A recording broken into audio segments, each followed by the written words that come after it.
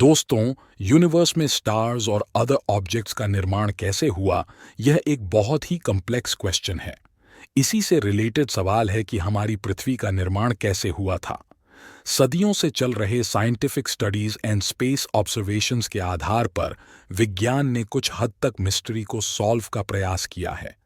पृथ्वी का निर्माण का इतिहास हमारे सोलर सिस्टम के इतिहास से अलग नहीं है, लेकिन क्या हम पूरी तरह से जान सके हैं कि पृथ्वी कैसे बनी थी और उसे बनाने में किन किन प्रोसेसेस एंड फैक्टर्स का योगदान था।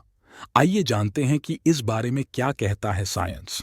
बिलियंस ईयर्स पहले मिल्की वे गैलेक्सी के एक कोने में गैस एंड डस्ट का बादल घूम रहा था। इसमें किसी पुराने स्टार्स के अवशेष भी थे, जिसमें बहुत पहले सुपरनोवा एक्सप्लोजन हुआ था। गैस एंड डस्ट के पार्टिकल्स तैरते रहे, लेकिन वे शुरू में दूर दूर ही थे। लेकिन तभी पास के एक स्टार्स में भी सुपरनोवा एक्सप्लोजन हुआ, जिससे स्पेस में लाइट एंड एनर्जी के शॉक वेव्स चारों ओर फैल गईं। इससे इस बादल में गैस एंड डस्ट के पार्टिकल्स पास पास आ गए। जल्दी ही गैस एंड डस्ट का क्लाउड एक ह्यूज बॉल में बदल गया और ग्रेविटी के प्रभाव से यह और बिगर होता गया।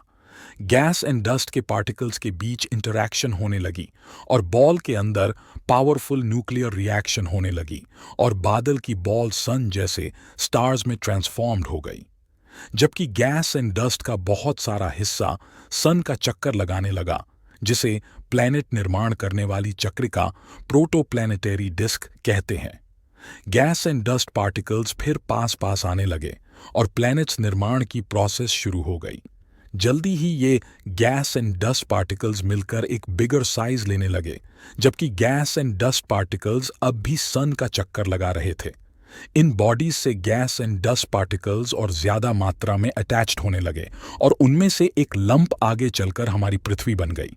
वहीं दूसरे हिस्सों से mercury, Venus, Mars, Jupiter, Saturn, Uranus and Neptune planets और उनके मून्स भी बने। सभी बेबी प्लैनेट्स रोटेटिंग कर रहे थे और अपने आसपास का पदार्थ अपनी ओर खींच भी रहे थे और अपना शेप इंक्रीज कर रहे थे। हमारी पृथ्वी से भी कई पत्थर टकरा रहे थे और उसके अंदर गिर रहे थे। इस पूरी प्रोसेस में उसका पदार्थ गर्म होता गया और वह पिघली हुई चट्टान की एक जायंट बॉल बन गई। इसी बीच एक और बिग इंसिडेंट हुआ और पृथ्वी एक और ह्यूज बॉडी कोलाइडेड गया, जिससे पृथ्वी तो और ज्यादा बिगर हो भी गई, लेकिन इससे एक टुकड़ा भी दूर स्पेस में तैरने लगा, जो बाद में हमारे ग्रह का एकमात्र प्राकृतिक उपग्रह मून बन गया। इस कॉन्सेप्ट पर कुछ साइंटिस्ट को ऑब्जेक्शंस भी है, लेकिन अभी यही कॉन्सेप्ट सबसे मजबूत है। उस समय की पृथ्वी में वोल्केनोज बहुत ज्यादा थे। धीरे धीरे पृथ्वी ठंडी होने लगी, लेकिन इसमें बहुत समय लगा।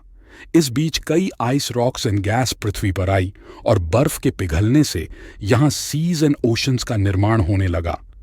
पृथ्वी के ठंडा होने की प्रोसेस लंबे समय तक जारी रही और पृथ्वी की ऊपरी परत ठंडी होकर सॉलिड हो गई, जबकि गहराई में पिघली चट्टानें गर्म ही रहीं। इसी के बाद पृथ्वी पर जीवन के अनुकूल हालात बन गए। Atmosphere, oceans, trees and plants, पौधे आदि से जानवरों और अन्य जीवों का विकास हुआ।